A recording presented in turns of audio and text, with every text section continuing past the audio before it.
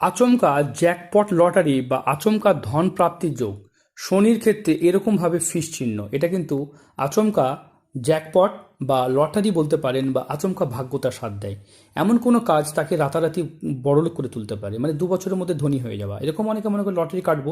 দেখুন, share trading, share market এমন কোনো জায়গা আছে, বিজনেস, বিশেষ করে রিয়েল এস্টেটের বিজনেস, মানে জমি জায়গার ব্যবসা, এখানে কিন্তু রাতারাতি মানুষকে ধনী করে তুলতে পারে। এখানেও যদি ফিশ সাইন থাকে, এটাও কিন্তু ভালো চিহ্নকে নির্দেশ করে। তাই হাতে ফিশ চিহ্ন যেখানে আছে অবশ্যই এটা ভালো চিহ্ন। তবে শনির ক্ষেত্রে আড়ি রেখা, অনেকে বলে আড়ি রেখা নিয়ে বারবার কথা বলেন। দেখুন, কারো যদি আড়ি রেখাতেই প্রবলেম বেশি থাকে, তাহলে আমরা এটা নিয়ে তো আলোচনা করব। 90% মানুষের এই প্রবলেমটা বেশি থাকে। কারো যদি জ্বর হয়, তাহলে কি আমি পেটে ব্যথা বলবো? জ্বরই তো বলবো না। তাই আড়ি রেখা নিয়ে সমস্যা ম্যাক্সিমাম অংশ থাকে। তাই এরকম চিহ্ন থাকলে কিন্তু এগুলো ফলে না। তাই যাদের হাতে দেখবেন এই চিহ্ন আছে অথচ আড়ি রেখা আছে, তারা লটারি কাটবেন না, সাবধান থাকবেন, লোন দেনায় জড়িয়ে পড়বেন। তো এই ভাগ্যরেখা যদি ভালো থাকে, ছোটোখাটো প্রবলেম সবার থাকে, এরকম হালকা ফুলকা আড়ি রেখা থাকলে খুব একটা অসুবিধা নয়। তবে যদি বড় ধরনের আড়ি রেখা রম্বস সৃষ্টি করে, তাহলে সমস্যা, এগুলোর প্রতিকার করতে হয়।